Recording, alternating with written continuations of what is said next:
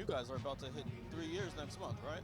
April, yeah. Yeah, I can't okay. believe it, man. Time flies. Darrell Jazz Johnson, Gospel Herald, CitySportsReport.com, here with the legendary Walt Clyde Frazier. Walt, how are you doing today? Very good, man. Glad to be at the game tonight. Knicks Nets, always a lot of excitement. So this is a big time for your restaurant. You guys had a huge Super Bowl party last weekend. And then next weekend, for the people who won't be here at Barclays Center or at Madison Square Garden taking part in the All-Star festivities, they'll be at your restaurant watching the All-Star game. Tell us about the restaurant in general and tell us about some of the special events you have going on. Well, it's my first venture into the restaurant business. It's a 10,000 square foot venue located at 10th Avenue and 37, between 37 and 38th Street because it's a whole block. We have a restaurant of 200 seats.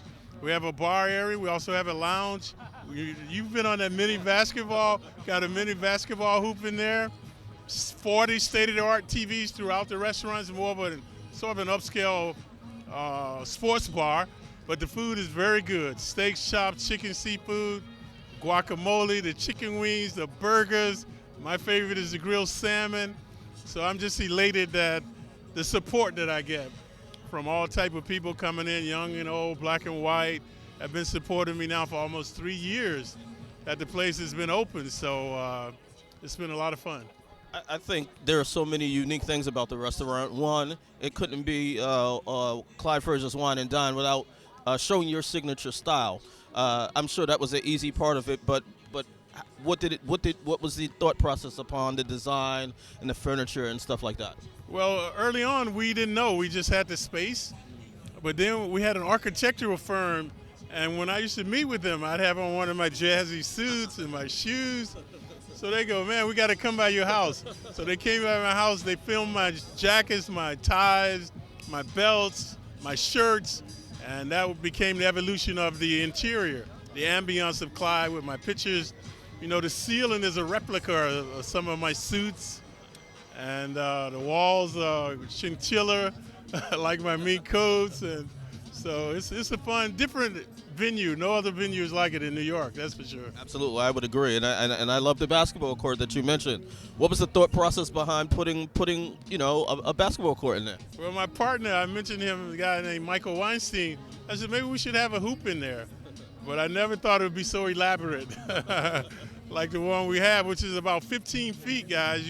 You can shoot the free throws, and it's about 12 feet wide in there. So get a nice little workout in, talk some trash, playing against your friends. And the first time I walked in the restaurant, the first thing that surprised me was how large it is. It is huge. And two, the other thing is you're always there.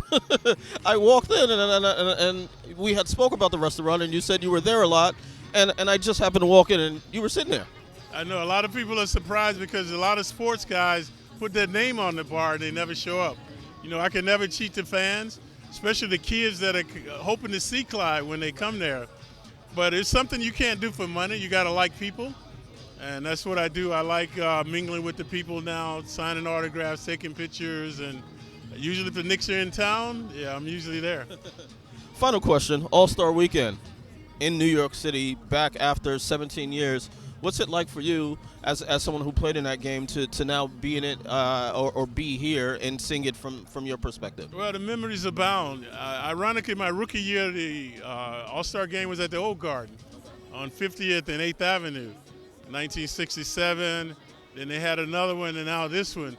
Unfortunately, I wasn't able to play in the All-Star game when it was in New York, but my memories are 7 times All-Star. And you know what happens when you first start, all your friends are going, man, when are you going to be an All-Star? So then I became an All-Star. Then they want to know, man, when are you going to be the MVP, you know? So finally in 1975 in Phoenix, Arizona, I won the MVP in the All-Star game. So that was a big thrill. All right, always a pleasure to speak with you. Thank you for your time. Thank you. Appreciate it.